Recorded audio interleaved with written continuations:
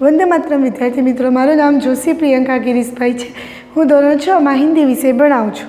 આજે આપણે હિન્દીમાં અનૂઠે ઇન્સાન વિશેની માહિતી મેળવવાના છે. અનૂઠે એટલે અનોખા, ઇન્સાન એટલે મનુષ્ય, અનોખા મનુષ્ય. તો વિદ્યાર્થી મિત્રો, જીવનમાં ઘણા બધા એવા મનુષ્યો છે કે પોતાના જીવનની અંદર ઘણા સરસ મજાના અનોખા કાર્ય કરે છે. તો આજે આપણે એક સત્ય ઘટના વિશે જાણીશું. જે ફ્રાન્સના શાસક नेपोलियन बोनापार्ट एना विषय माहिती मेळवीए. नेपोलियन जब छोटा लड़का था तभी से वह सत्यवादी था.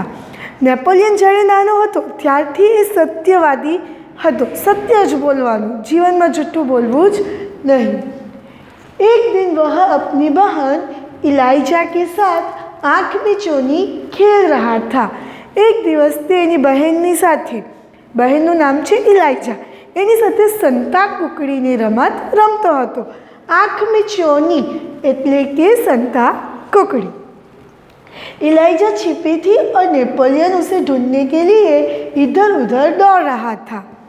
इलाइजा संताई गई હતી અને નેપોલિયન એને શોધવા માટે એક જગ્યા ઉપરથી બીજી જગ્યા ઉપર જતો હતો.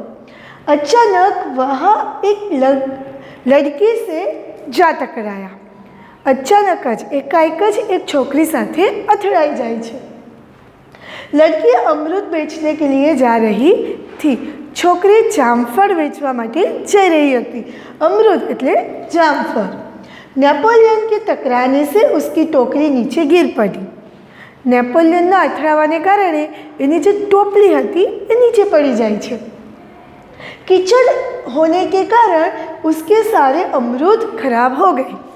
જે જગ્યા ઉપર ટોપલી પડી છે ત્યાં નીચે કીચડ હોવાને કારણે, કાદવ હોવાને કારણે બધા જામફળ ખરાબ થઈ જાય છે. वह रोते हुए कहने लगी, अब माँ को मैं क्या जवाब दूंगी. એ રડતી રડતી કહેવા લાગે છે કે હવે હું મમ્મીને શું જવાબ આપીશ. इलाइजा कहने लगी, चलो भैया हम यहाँ से भाग चले. હવે પેલી છોકરી તો રડે છે કે મમ્મીને શું જવાબ આપશે, કેમ કે એના બધા જામફળ ખરાબ થઈ જાય છે. ત્યારે ઇલાઇજા નેપોલિયનને કહે છે, ચાલ ચાલ આપણે અહીંયાથી ભાગી જઈએ કે જેથી કોઈ જોઈ ન શકે. હવે નેપોલિયન શું કહે છે, નહીં બહન, हमारे कारण ही तो इसकी हानि हुई है.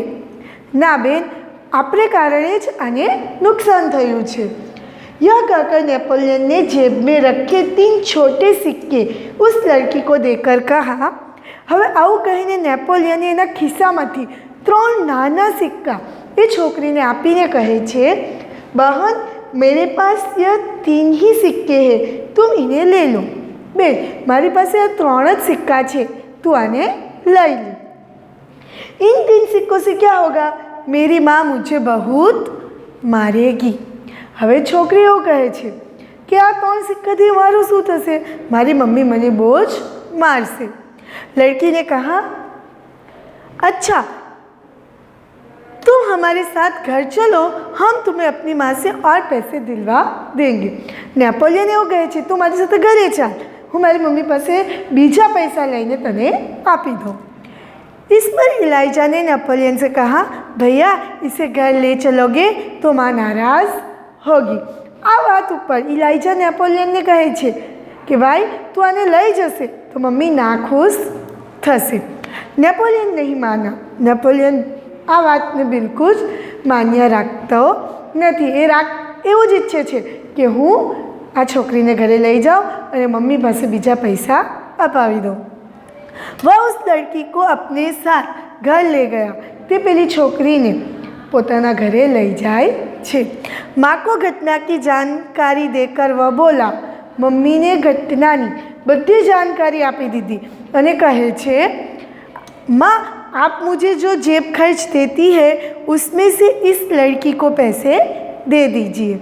મમ્મી તમે મને જે પોકેટ મની આપો છો, મને વાપરવા માટે જે પૈસા આપો છો તેમાંથી આ છોકરીને એ પૈસા આપી દે. ठीक है, मैं तुम्हारी सच्चाई से खुश हूँ, मगर याद रखना अब तुम्हें 1 महीने तक जेब खर्च के लिए कुछ भी नहीं मिलेगा. माने कहा. मम्मीએ કીધું, ધન્યવાદ, તું બહુ સરસ કામ કરે છે, તું સાચું બોલ્યો એટલે મને બહુ ખુશી થઈ, પરંતુ ધ્યાન રાખજે કે હવે મહિના સુધી તને एक પણ રૂપિયો વાપરવા મળશે નહીં. ठीक है माँ, नेपोलियन ने हंसते हुए कहा. नेपोलियन ने हंसता हंसता कीधु, कई वांधो नहीं मम्मी. माँ ने उस लड़की को 2 बड़े सिक्के दिए. मम्मीए ते छोकरीने 2 मोटा सिक्का आपे छे. वह खुशी खुशी घर लौट गई. पहली छोकरी खुश थईने ત્યાંથી જતી રહી. नेपोलियन को धक्का देने की सज़ा तो मिली, परंतु सत्य के पथ पर चलने के कारण उसे यह सज़ा भुगतने में अद्भुत आनंद आया. जो विद्यार्थी मित्रों, એને ધક્કો મારવાની સજા તો મળી, એને ભૂલથી ધક્કો મારી દીધો હતો, પરંતુ આ જે સજા ભોગવવામાં એને અદ્ભુત અનેરો આનંદ મળે છે અને હસતા હસતા એક શરત પણ દ્રઢતાપૂર્વક સ્વીકાર કરે છે. નેપોલિયન નાનો હતો ત્યારથી જ એનામાં ખૂબ આત્મવિશ્વાસ અને દ્રઢ ઈચ્છાશક્તિ પણ હતી. એટલે ફ્રાન્સ દેશના રાજા હતા, આખો ફ્રાન્સ દેશ એ ચલાવતા હતા. તો વિદ્યાર્થી મિત્રો, નેપોલિયન બોનાપાર્ટ એના જીવનની અંદર ક્યારેક પણ જૂઠું બોલતા નથી. એ સત્ય અને પ્રમાણિકતાના રસ્તા ઉપર ચાલે છે. તો આપણે પણ નેપોલિયન બોનાપાર્ટના જેવા બનીએ કે જીવનની અંદર ક્યારેક પણ અસત્યનો સહારો ન લઈએ. બને ત્યાં સુધી સત્ય જ બોલતા રહેવું જોઈએ. Thank you.